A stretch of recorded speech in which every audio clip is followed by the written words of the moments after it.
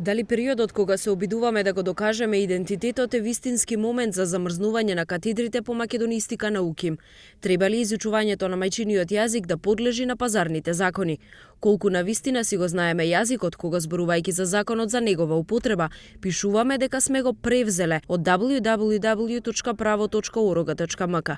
Во споменатиот закон, според член 2, употребата на македонскиот јазик како службен јазик е право и должност на граѓаните на Републиката.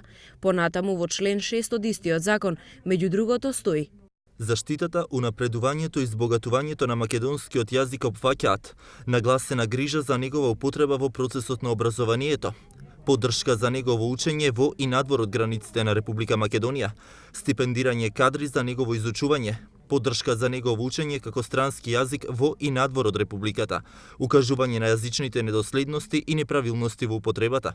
Екипата на 24 вести стапи во контакт со македонист кој предава на престижната Сорбона, каде како што вели, македонскиот јазик е македонски и е рамноправен со сите стотина кои се изучуваат таму. Шокиран од изјавите на министрите Кралев и Ристовски, Јован Костов вели дека таквата одлука е промашување на процесот на афирмација на македонскиот идентитет, чиј дел е и јазикот. Значи, ако се затворат тие институции, кој нам ќе ни го истражува јазикот? Се работи за една одлука која што не оди во склад на интересите на Република Македонија и на интересите на народот, бидејќи сме во фаза на афирмирање на нашиот идентитет. Костов, како и останатите македонисти, е луд што беше прогласен за суфицитарен кадар.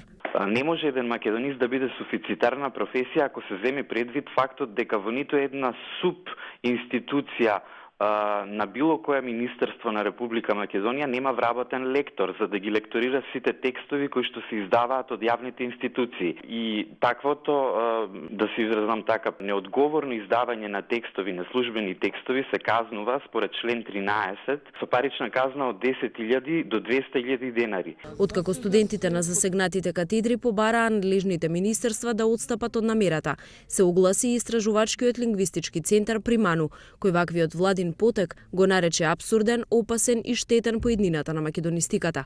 Катедрата за македонски јазик, нарекувајќи се себе си основен столб на македонистиката во земјава и светот, на владата и препорачува да ги стимулира младите по пат на стипендирање и отворање нови работни места за изучување на дисциплините од примарен национален интерес, како што тоа се прави во светот.